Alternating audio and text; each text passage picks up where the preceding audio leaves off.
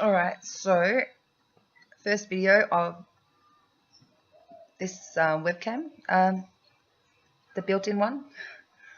Can you see my finger? The built-in one. This one here. And I'm not sure exactly where to look yet, so do a test. Stop looking down at the screen and start looking up at the little light, I guess. And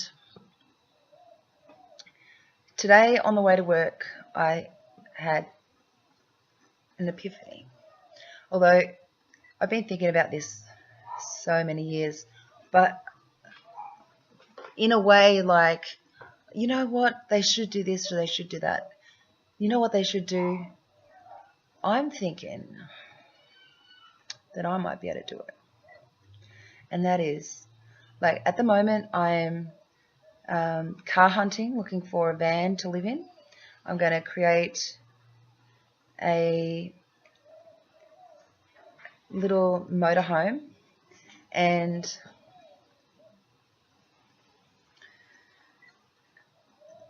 I'm not going to look at the camera because I can't think. When I'm looking right at the camera, my mind goes blank. So I'm just going to look over there at the tree.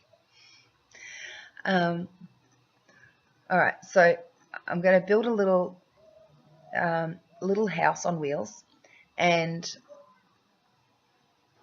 I've got an idea on how to help homeless people and people on low incomes and people who are too sick to work, and like all these families that are out on the street or just struggling to make ends meet, because the bills especially over here, are insane.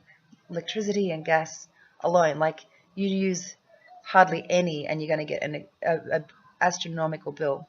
If you use heaps, then you're going to get, it's just going to, but there's no escaping this matrix. There's no escaping all these forced debt, really. Water, gas, electricity, rent, mortgage, rates, car insurance, car registration, the car itself. Yeah, I mean, to just the bare minimum to live in this particular way, the bare minimum is astronomical. And there's all these like third world countries, their living situation is actually better than most people that live in low incomes in Australia. And it's because they've got the roof over their head, they've got the low expenses. I'm not talking obviously about the ones that don't have a roof over their head or ones that don't have food. Obviously we still need to do something about those. But in Australia, when I went to the city and I spoke to the homeless people, and I also have been homeless in the past, so taking my information, taking my history and what I know about being homeless and living on Young Homeless and being at that age versus now and what they're struggling with now, I think the solution is if we can't get into the houses that are empty, because there is enough empty, vacant houses on the market at the moment to house everybody that's homeless. But people and they're freaking, oh, but we can't have a homeless person in there because they're in debt themselves. Because they're in debt, they need to get real people in there. But even though there's nobody in there at the moment, they still don't want a homeless person in there, because, and then even if you get a homeless person in there, how are they going to afford to pay the electricity and the gas and all the utilities that aren't installed to be able to live there, blah, blah, blah, blah, blah. So I'm thinking I will set up this van, this mobile home, as like a prototype to use as an example of how we can fix some of the problem. Just something, So living in a house, and I'll put little of what are my ideas. I'm not talking about like living in a bomb of a car or anything like that, but there are vans big enough to house people. There are vans big enough where it gives them that little house. You've got a place to sleep. You've got a secure place to leave your stuff. The problem is parking and society's views on it, because in a lot of places it's illegal to actually sleep in your car. Now you think about it, why is it illegal? Like, straight off the box, like, I'll be like, well, who cares if somebody's sleeping in their car? You don't approve? Is that like that? Is that the reason? Because it doesn't.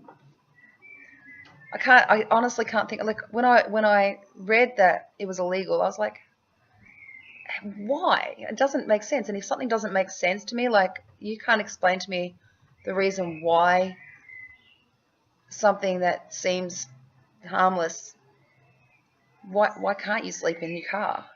Why not? I don't get it. It's a safe place. It's out of the elements of, especially in Melbourne, out of the rain and out of the storms, and not living under a drain with a whole bunch of people that may or may not have, like, there are some scary dudes out there. There are some really genuinely good-hearted people who have got themselves into a bad situation, usually because of health issues, or it could be because of addictions or whatever, but they've got themselves into this mess of a life, and even because they tried a business and it didn't work and they lost everything, or they didn't know what they were doing. There's so many reasons, and not even about the reasons, but like, I am so grateful that I've got a roof over my head at the moment, but I'm really looking forward to moving into my car. I'm really looking forward to living in my little space and using that as an example that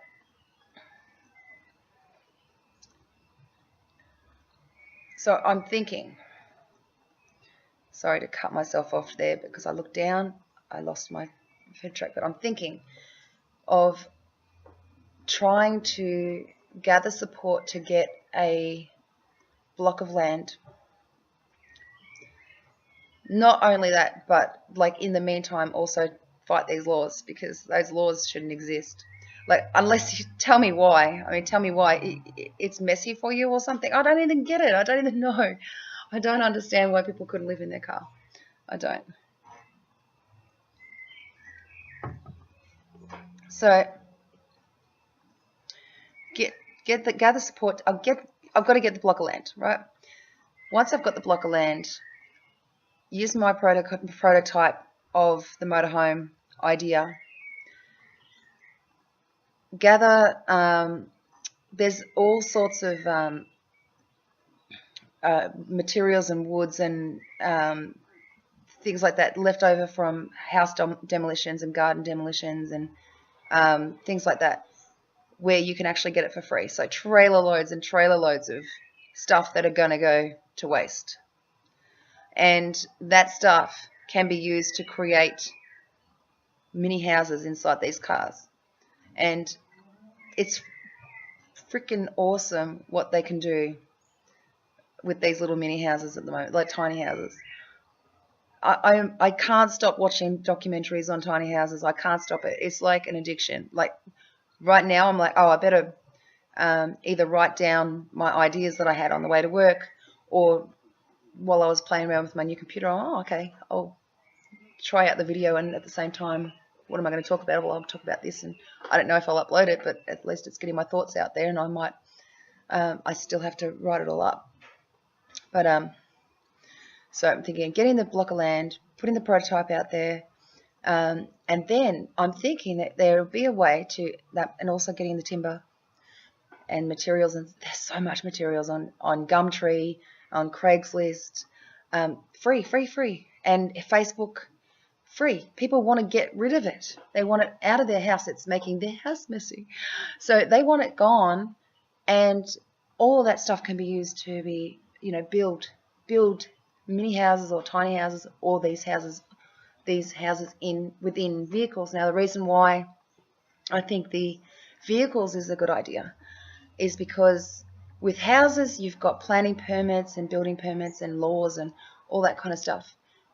I don't know, and I'd have to check to see what kind of law thing I'd come up against by having a whole bunch of vans and motorhomes and trailers on a block of land somewhere.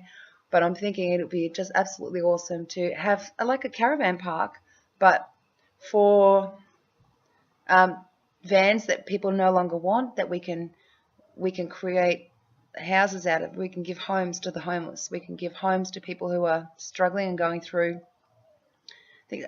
Okay, it's not mansions. We're not giving them mansions, but God, okay, give the alternative. Those things can be created by us. Like, we can use the materials, not build it for them, but build it with them, and giving skills at the same time as building something that they, they're putting the love in something that they will then live in until a time that they no longer wish to live in, or maybe they'll choose that as a lifestyle like I will be. But yeah, I just think I'm going to do it. I think it's going to be me that does it. When I was driving and I was like so disappointed that I had to start work because the ideas were coming in, and I just wanted to pull over and start writing everything down, because it was like, well, it seems pretty obvious, pretty logical. Why don't we just do it? Whenever I have those kind of moments of they should do this, that's when I should be writing it down, because it should be me that does it. And like the too sick to work, the people who are unhealthy, and now living on Centrelink benefits or living on zero income, living on the streets because of whatever. It doesn't really matter why. But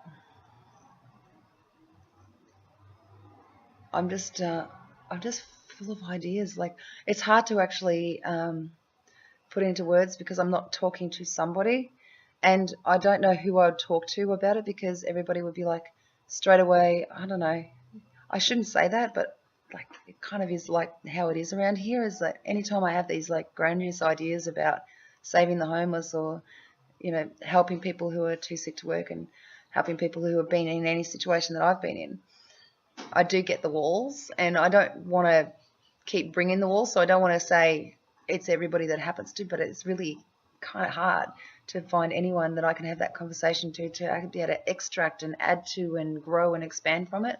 It's more, I have these ideas when I'm alone, and I don't know who to talk to about it, because I don't want them to destroy the idea, because I think it's, what's going on with this camera? It's gone really white. Oh, at least my skin looks good. That's more like it. My skin was getting very, very white for some reason. Oh, it's doing it again. I don't know if it's automatically doing that, or... Alright, I'll have to sort that out. Anyway, where was I? Crap. I've forgotten again. Anyway, yeah, so I have these thoughts in my own head, and books that I write and all these plans, and then I watch 1,000 videos on it, try and learn everything I can, and then I have a conversation with someone and they sort of shut it down, and that's what I don't want. I don't want somebody to shut down this idea while I'm still so early in the stage of it, because they could easily sway me to not doing it. So let me see if I can grasp it in my own head first, and see if it's actually plausible, see if it might be illegal.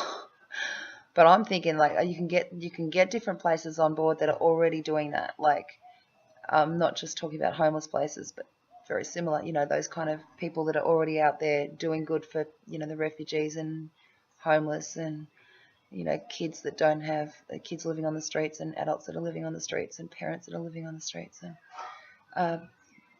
people my age that are too sick to work. And then you've got, even the elderly, that you'd say, oh, that you can't put them in a car, but you can, because there's people that are, you've got to see what I've got in mind before you just think down. Like, these houses are pretty freaking awesome. Pretty freaking awesome. Maybe they wouldn't be the ones that could do it themselves, perhaps. Or maybe they would love the opportunity to be able to do something. You get to a point where people think you're not actually useful anymore, and maybe showing them that they do actually still have a use is the thing that fixes it. So that's my thoughts today. I'm going to start, I'm actually setting up my new computer now so I can live in the car. So basically this week I've been researching which most likely would be the Toyota Transit. There's a Transit, there's a Renault, there is a, oh my god, I've forgotten what it's called, but yeah, those kind of 1989 to 2006 kind of vehicles, big tall vans, like high aces, tall vans, so you can stand up in the actual van. You can create a corner for like a kitchen area. Your couch becomes your bed, and it's just got, it's got storage, so it's got place for you to be safe, and it has everything that you need. And the reason I'm thinking land versus, spreading out all over the place is because you've got then that support system. You've got people that are in the same situation as you, but they're helping each other and, supporting each other. And maybe you can cook together, maybe you can grow a veggie patch. Maybe you can have a toilet block there, with showers, so that each van doesn't need a shower, because that's really expensive. I was looking into all the different, ideas for toilets. There's bucket toilets. Well, you still have to get rid of the bucket. There's a problem, because that's a problem, There's cassette toilets. You still have to get rid of the cassette. And there's the compost toilets, which are like the best ones, because those can be used as fertilizer. They can be used on, although that might be illegal too in this country. Far out. I wonder why everything is illegal here. What? I understand now why people start thinking conspiracy, because everything that sort of makes logical sense, not everything, but you don't have to have a law for everything, right? Use logic. When you're driving down certain areas and there is absolutely nothing between you and, 500 miles, 500 kilometers, and they've got a speed limit on that road, when you're not going to see anything ever. I don't get that. I don't care, because that doesn't affect me. You know how that, like, my daily life, I'm in the city, sort of, I'm in the suburbs. I've got to, I think having speed limits around here is pretty good, because it keeps everybody expectations. Like, when you expect somebody, it just makes it safer to drive, because that most likely they're not going to do the wrong thing by you. But if you're out in the middle of freaking nowhere, I don't care what speed you go. I mean, just use your common sense, If you feel like you're going too fast, slow down. Anyway, that's kind of pointless compared to all the other things that I'm thinking about. But for one, why would it be illegal to sleep in your car? I don't think I understand, I guess, it's because it's coming to me now. I understand that you probably don't want someone sleeping in the car out the front of your house.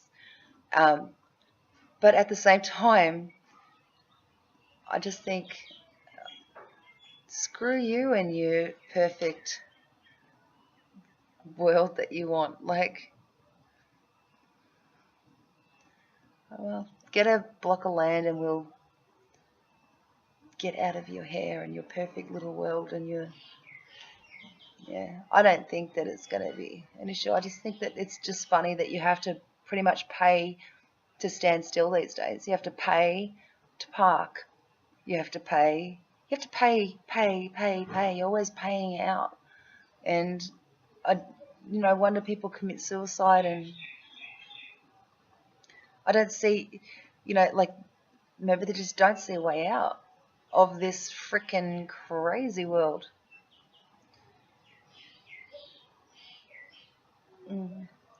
Alright, so I'm going to get started on my plan. So I just thought of something. I just watched the videos again, and they're pretty crap. I'm still going to upload them properly. Is that when I'm saying, like, you got to pay for electricity and gas and all that kind of stuff, what I'm most upset about there is that most of it can be done for free. So you don't actually need to have that, but then you end up in that. So I'm thinking, because solar power panels aren't that expensive. They are if you get it installed on your house, on your big ass house, but for a car, it's not that expensive, and there's got to be a way around the expense that it is already at. And you don't actually need gas. So you've got solar energy powering up the couple of things that you need powered up. Probably one electronic device like your mobile phone or laptop or whatever, because even the homeless have mobile phones and laptops these days. We're all living in this same world. We're all still connected by this technology. Even third world countries have technology. It's fine, okay? It's perfectly okay. I don't get... that is kind of a stab at all those people that say that what are these third world countries doing with mobile phones when they're supposedly, starving. I really just want to smack them around the ears, but I won't. I'll just wave at you and say, okay, whatever. Just you, the elite, are allowed to have technology, okay? Yeah, so solar energy, solar power. You don't need a big ass stove, do you? For one person, even two people, even three people. You can use a little, if you have to cook, which, I mean, if you can live off the land, even better. Live off the veggie gardens. We did it many years ago. I'm sure we can do it again. We only stopped doing it because of our own laziness. And, convenience came to us and we went, okay, cool. But we can still grow our own groceries. I don't see a big deal there. So, yeah, if you wanted to cook, you could just use one of those little electric fry pans with your little solar panel thing. I don't even see a problem there. Not a problem at all. I don't see any use for gas. None. You can heat your water with solar energy if you want hot water for a shower. But then if we have our own little toilet block, shower block or whatever, we don't, we can do it ourselves. We don't need to worry about it for each car. And also same with kitchen utilities, I really see this coming, in my mind it's already done. Just verbalizing it for the first time is harder but in my head it's all set up, it's already ready to go, and I'm sure that, you can imagine it as well. Like, I don't think that I need to be like crystal clear clarity for people to envision what I've got in my mind. Think caravan park, and you pretty much got it, except without the expense, without any weekly fees, without any thing. The only thing is getting somebody, companies or somebody or my own money or whatever to get on board for to solve the land problem, because we have to pay to stand in a piece of land. Just that stupid problem, that we didn't have before now, but now you can't live where you want to live without paying somebody. Yeah, so, okay, back to it.